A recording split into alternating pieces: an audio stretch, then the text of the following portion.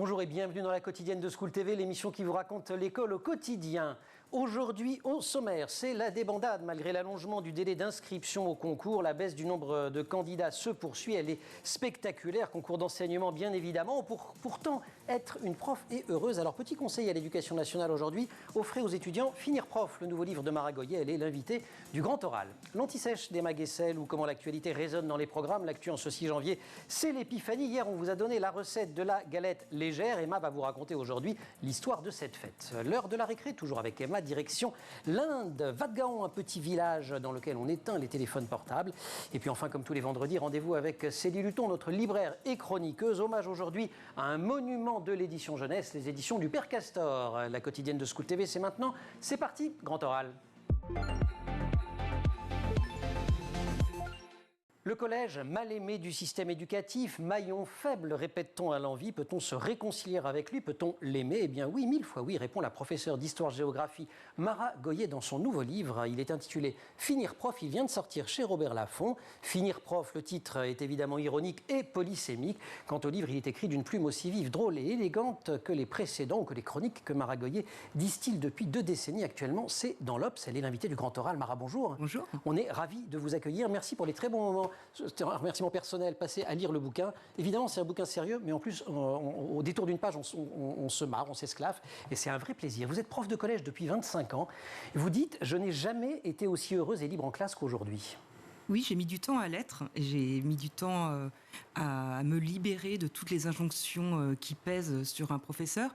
C'est un peu ce qui est très étonnant dans l'enseignement français, c'est que pour parvenir à être vraiment bien en classe, il faut se délester d'un nombre de principes, d'un nombre de mantras, d'interdictions, de peurs considérables. Qui sont formulés par déjà, je crois qu'ils flottent dans la société, mais aussi par l'institution. Il ne faut pas sourire, il ne faut pas être drôle, il ne faut pas perdre de temps, il ne faut pas faire des digressions, il ne faut pas être trop sympathique, il ne faut pas être familier. Plein de choses qui, en fin de compte, nous nuisent plus qu'ils ne nous apportent, mais qui donnent une image du professeur rassurante, c'est-à-dire austère, hiératique, sérieux, professionnel de sa profession, technicien. Et pour autant, on ne se transforme pas en clown? Non, pas du tout, mais quand même pas, non, parce que le but, c'est quand même d'enseigner. Au bout d'un moment, il ne faut pas non plus totalement déraper et être là pour faire marrer les gens. Mais il n'empêche que, par exemple, l'humour, qui est à la fois un outil, mais formidable, de transmission et d'autorité, n'est pas assez valorisé, vraiment, vraiment pas. Dans ce qui vous a le plus manqué dans votre parcours, vous dites au début, quand on nous forme pour les 2-3 ans qui vont suivre, et encore pas forcément super bien, mais ce qu'on ne nous dit pas, c'est que le vrai enjeu, ça va être de durer. Oui, là, je crois que vraiment, il faut tout changer, il faut apprendre aux jeunes professeurs à enseigner, ça évidemment, et il faut le faire à mon avis différemment, mais c'est une autre question, et puis il faut leur apprendre à rester prof très très longtemps, parce que c'est quand même un métier que j'adore, mais qui a ses défauts. Il est répétitif, il est cyclique. Nous, on est toujours en phase de 6e. Au bout d'un moment, nos anciens 6e ont 50 ans. Et les nouveaux, nous, on est toujours là, quoi. Nous, on vieillit sur pied et les élèves ont toujours le même âge. Et il faut apprendre à observer, il faut apprendre à faire de l'enseignement une sorte d'aventure, quoi. Sinon... à faire en sorte que ça soit vraiment intéressant, parce que sinon c'est terrible. Vous vous donnez des libertés, vous vous autorisez l'improvisation. En même temps, vous dites, j'aurais pu imaginer il y a quelques années que je me serais retrouvée à animer plein de trucs, en salle des profs, à être cette enseignante qui est partante sur tous les projets. Et en fait, je vous cite encore, vous dites peu à peu, je me suis retranchée avec un petit côté vieille dame à chat. Ouais, parfois j'ai l'impression qu'on va me retrouver morte au milieu de mes élèves, à côté de ma bouilloire. Oui, en fait, de plus en plus, je comprends que vraiment, oui, travailler avec les collègues, c'est très important. Travailler avec les CPE, les principaux, c'est essentiel. Mais que c'est en classe que ça se joue. C'est le lieu qui me plaît, c'est la classe. Voilà, donc... c'est votre chez vous? Ouais, de plus en plus. Au point où vous cuisinez votre petit Je me fais mes choux de Bruxelles, pas devant les élèves quand même, parce que j'ai un peu de respect pour les élèves, vu l'odeur des choux de Bruxelles. Mais oui, on décore, j'ai envie qu'on soit bien. Et à l'heure du déjeuner, vous êtes capable de rester... je reste dans la classe, oui, toujours, ouais. Tranquille.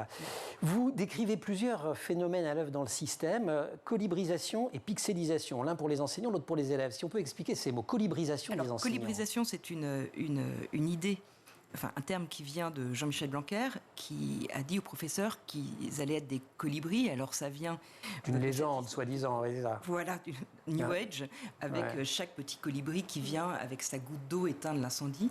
Et D'abord, elle est très vraie, c'est-à-dire qu'on est de plus en plus des gestionnaires de notre classe où on doit enseigner, renseigner, remplir le protocole. Et en même temps, mais qui a envie d'être un colibri, quoi? Mais vraiment, mais c'est... Mais vous savez pas faire le colibri, c'est vrai. Non, j'ai pas envie d'être un petit Piaf modeste. Moi, enseigner, c'est un stand-up et on n'a jamais vu un colibri faire ça. Donc c'est vraiment le rétrécissement de l'enseignement, non plus à un art ou un artisanat ou même à une performance, mais à une série de petites actions continues dans le cadre de protocoles et de programmes. Je trouve ça très déprimant. Et pixelisation des élèves? Alors la pixelisation, c'est-à-dire que... comme les pixels, hein, on comprend. Oui, on comprend les... C'est-à-dire que ça, c'est une critique de l'enseignement par compétences. C'est-à-dire que maintenant, on a un professeur, un élève en face de lui, c'est un individu, et soit, donc par les compétences, on regarde s'il sait recopier une phrase, s'il sait nager, s'il sait repérer la ponctuation. Puis ensuite, on s'intéresse... Et puis on note dans des cas, c'est ça, à qui en cours d'acquisition, voilà, à qui... on met des petits smileys et tout ça pour les plus petits. Ouais. Et puis, d'un autre côté, il y a un fort intérêt pour les neurosciences. Tout d'un coup, on ne regarde pas qui est en face de nous, mais on regarde le cerveau avec un IRM des élèves. Donc, au bout d'un moment... on n'a plus de vision globale, en fait. On n'a plus de vision globale. Et puis surtout, on oublie complètement quelque chose qui est difficilement formalisable, c'est le lien qu'on a avec les élèves. Et le lien, c'est... c'est l'essentiel de la transmission.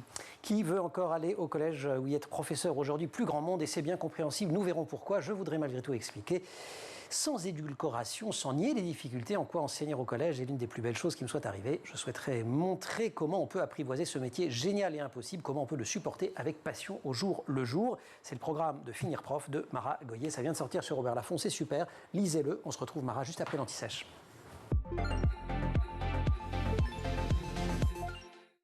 Emma, bonjour. Bonjour Emmanuel. Petite anti-sèche en ce 6 janvier fort attendu, puisque chez les catholiques, nous célébrons aujourd'hui l'épiphanie, même les non-catholiques ont droit.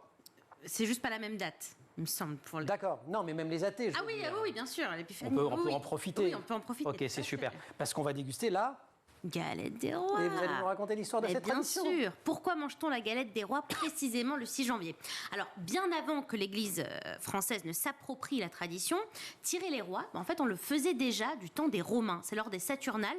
C'était des grandes fêtes organisées en l'honneur de Saturne, le dieu romain du temps, fêtes qui avaient lieu pendant le solstice d'hiver, entre fin décembre et début janvier. Alors, il faut s'imaginer de grands repas pendant lesquels se réunissaient les maîtres et les esclaves. Tous étaient égaux.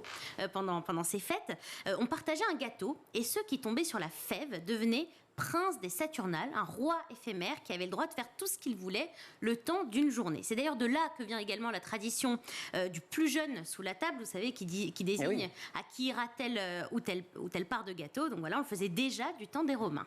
D'accord, mais c'était pas la galette telle qu'on l'a ou la fève telle qu'on les connaît aujourd'hui. Non, ça vient du Moyen-Âge, ça arrivait bien plus tard.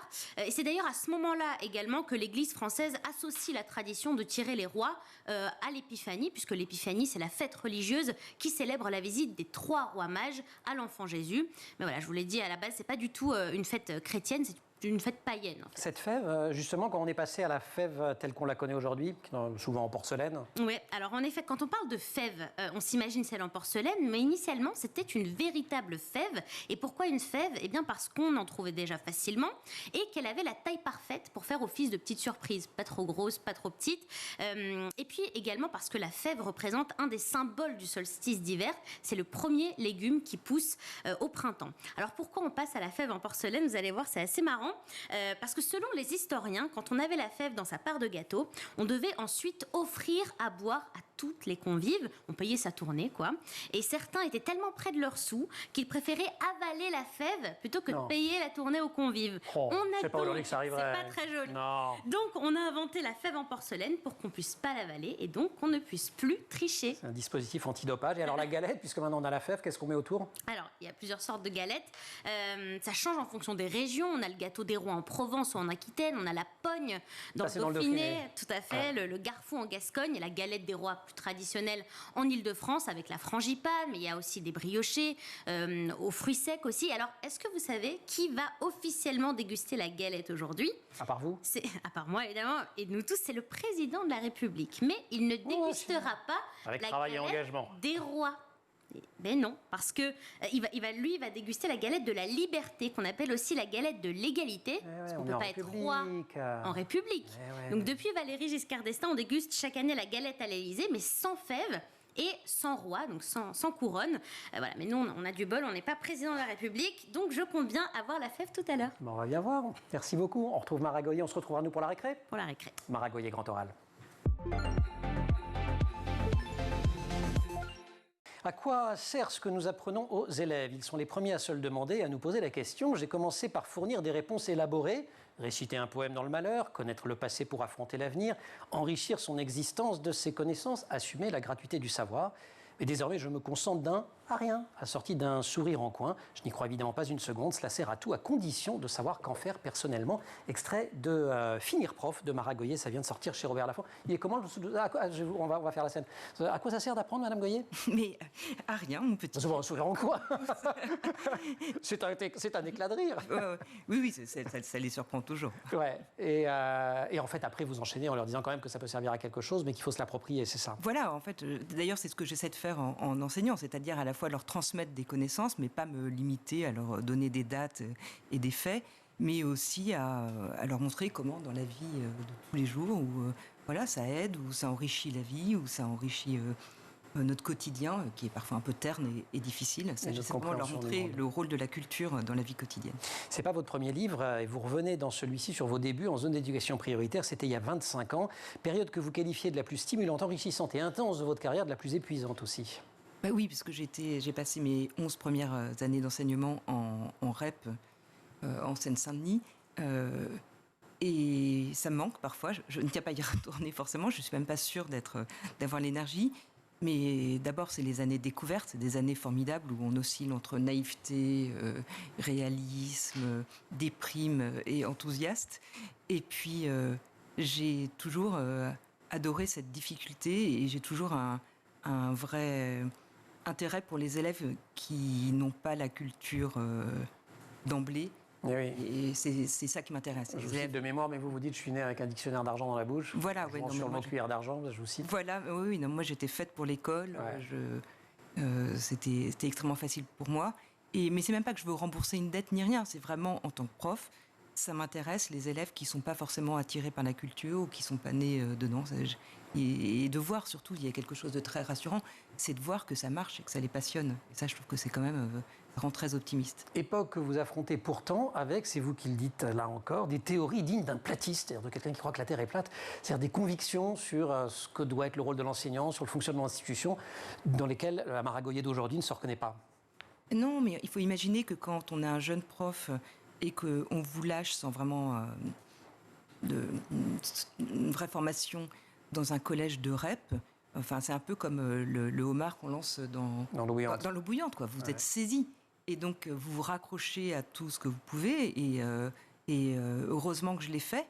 Et heureusement aussi que j'évolue. Parce que sinon, si ça faisait 25 ans que je faisais la même chose, que je voyais les mêmes choses et que je comprenais les mêmes choses, vraiment, ça serait que je serais très, très, très bornée. Dans quelque chose qui vous aurait semblé être un gros mot il y a 25 ans et que vous revendiquez aujourd'hui, il y a le fait que les élèves puissent s'épanouir en classe. Ah oui, avant, je trouvais ça vraiment obscène. Des magots obscènes. Alors, je ne suis pas sûre d'aimer toujours le mot s'épanouir, mais j'ai envie qu'il soit bien. Le bien-être est important.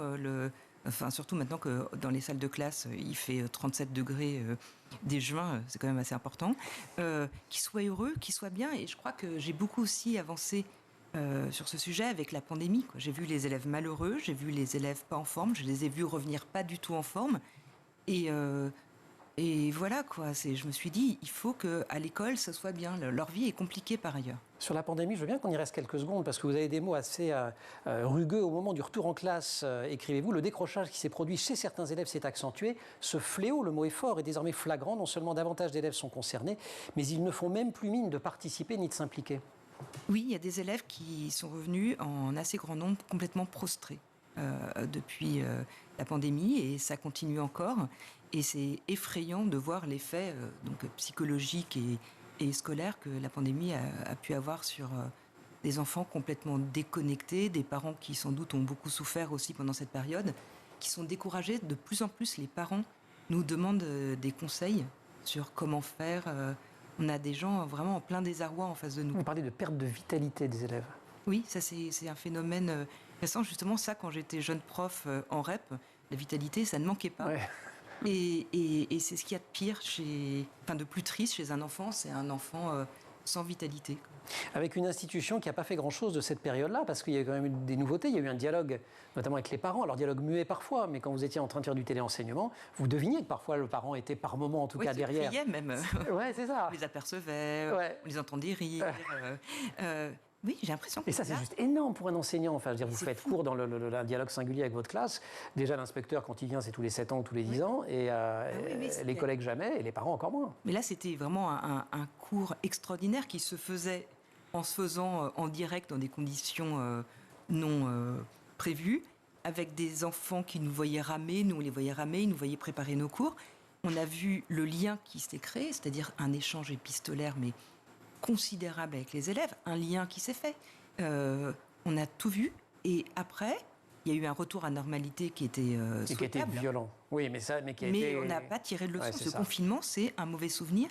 Or, je crois qu'on a énormément appris pendant le confinement. On a affaire à une école qui craint d'avoir des adultes dans les classes, qui ne parvient plus à hausser la voix pour protéger les valeurs qui légitiment sa mission. On va parler du sens de l'école dans le troisième temps de notre entretien. La citation est extraite, comme toutes les citations de cette émission, de Finir prof de Mara Goyer, c'est chez Robert Laffont. Mais pour l'instant, l'heure de la récré. Emma.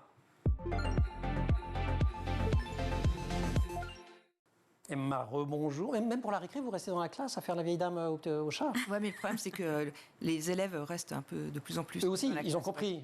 Ouais. On a un truc à réviser, là, comme je suis vieille et gentille. Je fais, oh, c'est mignon, un élève qui révise. D'accord, génial. Nous, on a une chroniqueuse qui révise pour la récré. Là, vous nous avez emmené en Inde, où un petit village pratique chaque soir une détox numérique. Tout à fait. Ça se passe à Vakdaon. D'habitude, je dis pour Mara et pour celles et ceux qui rejoindraient l'émission, d'habitude, la récré, c'est du TikTok, du Snapchat, que des trucs comme ça. Donc, c'est bien là, voilà. La détox. La détox numérique. Voilà. Donc, à Vakdaon, c'est un petit village situé à l'ouest de l'Inde. Là-bas, tous les soirs à 19h, une sonnerie retentit depuis un temple. Et lorsque cette sonnerie retentit, ça signifie que tous les habitants doivent éteindre leurs écrans. Tout, télé, tablette, ordinateur et téléphone portable. D'accord, pas que les enfants. Et pour combien de temps? 1h30. Donc jusqu'à 20h30, l'heure à laquelle une seconde sonnerie retentit. Ça signifie que l'interdiction est levée. L'interdiction est levée et on peut à nouveau utiliser son téléphone, regarder la télé. D'accord, ils ont inventé ça quand? Alors en fait, c'est le maire du village qui a imaginé ça cet été. Il a constaté une addiction de plus en plus forte aux écrans depuis le confinement, notamment chez les enfants qui se sont retrouvés chez eux avec leur smartphone ou leur tablette pour suivre les cours à distance notamment. Leur temps d'écran a augmenté, si bien que lorsqu'il a fallu reprendre l'école, le maire a indiqué qu'ils étaient nombreux à ne vouloir ni lire ni écrire. Ils étaient absorbés par leur téléphone.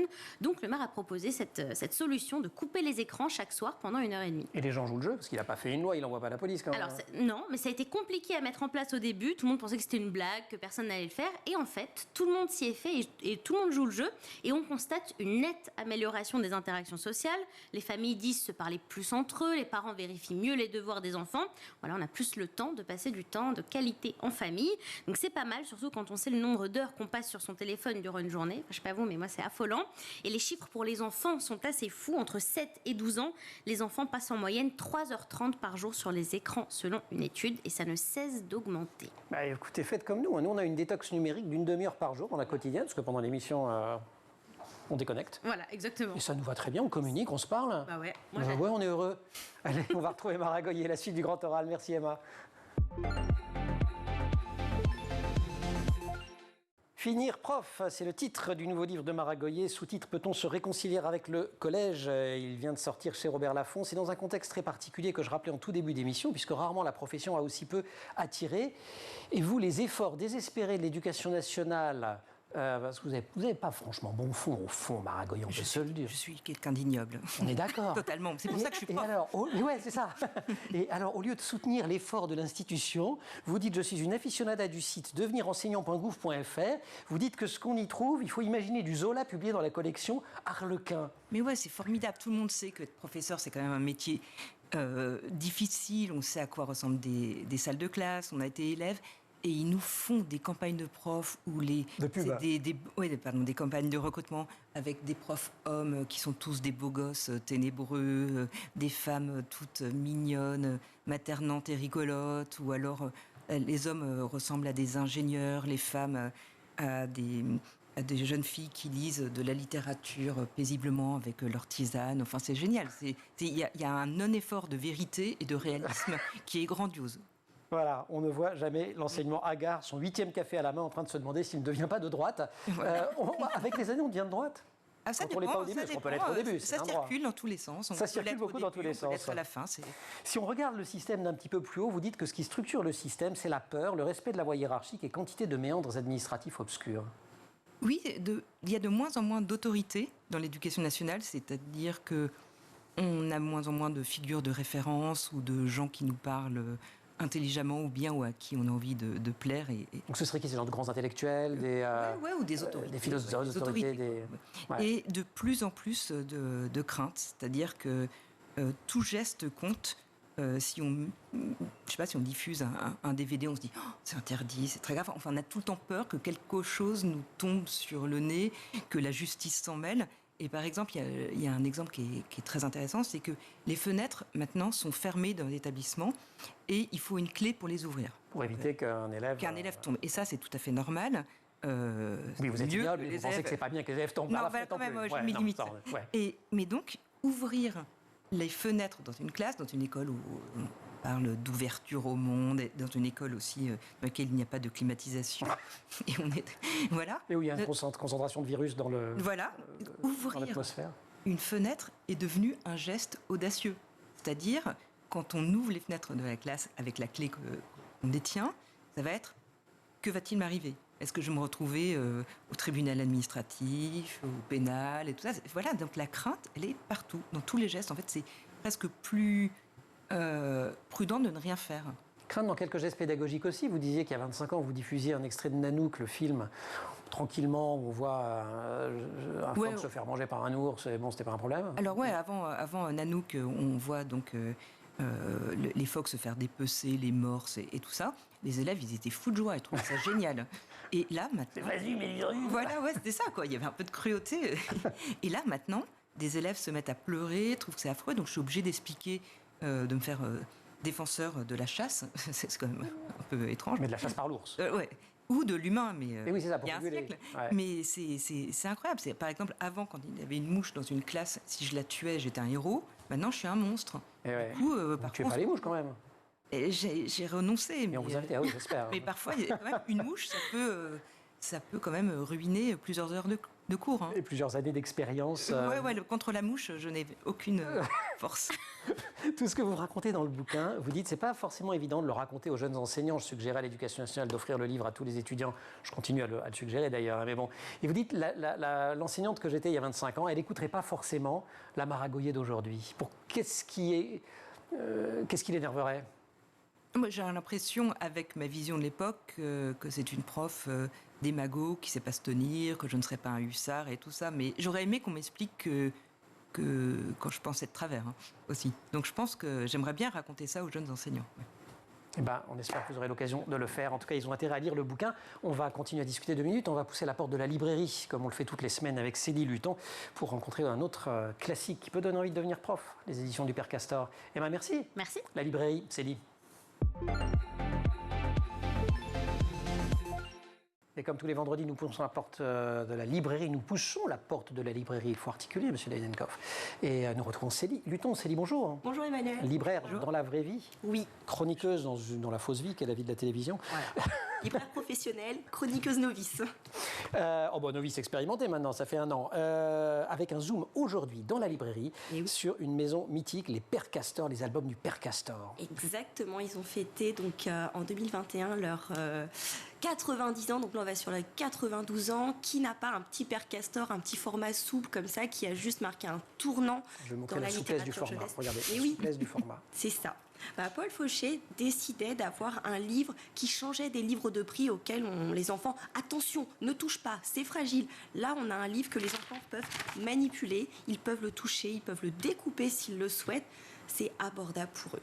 Alors, avec dans les classiques, parmi les classiques, Rouleau Galette de Nata Caputo et de Pierre Belvèche. Exactement, une paysanne qui fait pour son mari une galette. Elle la pose à refroidir et la galette s'en va courir. Elle va échapper au loup, au lapin, mais pas au retard qui croque. Je suis la galette, je suis faite de blé, ramassée dans le grenier. Vous la connaissez, non? Pas clair. Bon, allez-y. Mais oui, je suis faite de blé, ramassée dans le grenier, on m'a mise à refroidir, mais j'ai préféré courir. Je suis la galette.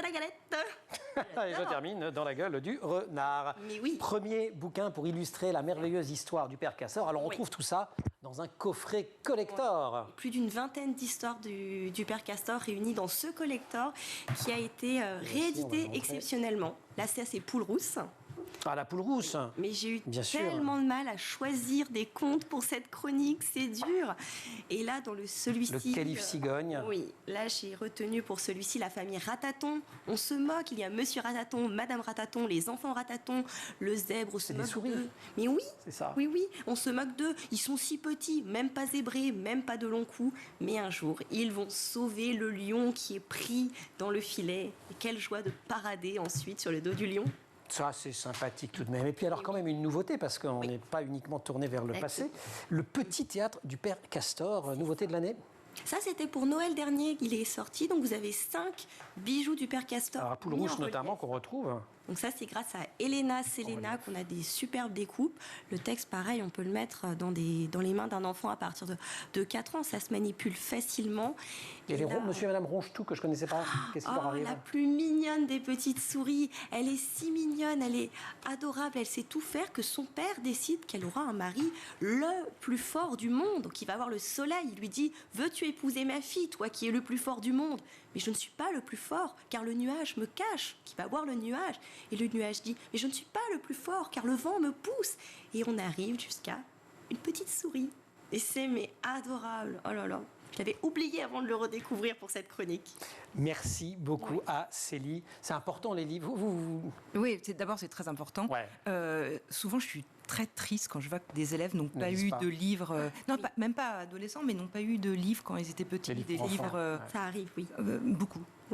Leurs livres préférés quand ils sont enfants, et il n'y en a pas. Ça, je trouve que ça manque terriblement. C'est tellement important, et puis il y a tellement de livres formidables maintenant pour enfants. Vous avez des coups de cœur, vous? Ah oui. Par exemple? Alors, pour les petits, il y a Gruffalo, que je trouve extraordinaire et qui est intellectuellement extrêmement ardu en plus. Oui. Pour les un peu plus grands, j'aime beaucoup le Gruffalo, c'est un monstre, on le dit, mais un monstre gentil, évidemment. Un monstre qui n'existe pas, mais qui existe, mais enfin bon, c'est très compliqué. Et j'aime il y a eu un film il n'y a pas longtemps. Beaucoup le chat assassin. Oh, Anne Fine, mais oui. Oh là là, c'est quoi, Tuffy? Je ne connais pas. Alors, c'est un chat repenti, puisqu'un jour, il a tué un oiseau, mais il va essayer de se repentir, mais c'est le roi de la mauvaise foi. Ah, il est immonde. Oh là là. Non, il est très cynique. De toute façon, il faut un animal immonde pour aller avec une prof ignoble, si vous êtes la vieille dame au chat. Exactement. On attend un troisième? Un troisième livre. Après, il y a les classiques. Je trouve que j'adore Pierre Lapin. Ah bah Pierre Lapin. Voilà, c'est magnifique, les images sont sublimes. Et tous les livres de Gilles Bachelet, Mon chat le plus bête du monde et tout ça. J'aime bien les livres pour enfants. Il avait fait une série sur le chat aussi, Bachelet, où je me trompe. Qui est un éléphant pendant tout le... C'est ça, c'est un éléphant qui se prend pour un chat. C'est assez extraordinaire. C'est un album grand format, je crois qu'il avait eu une pépite de Montreuil cette année-là. Il y a 2 ans, je crois, oui. Bijou.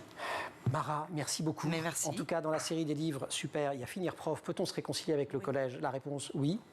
Spoiler alerte. Célie, merci beaucoup pour tous ces beaux conseils. Rendez-vous la semaine prochaine pour de nouveaux conseils.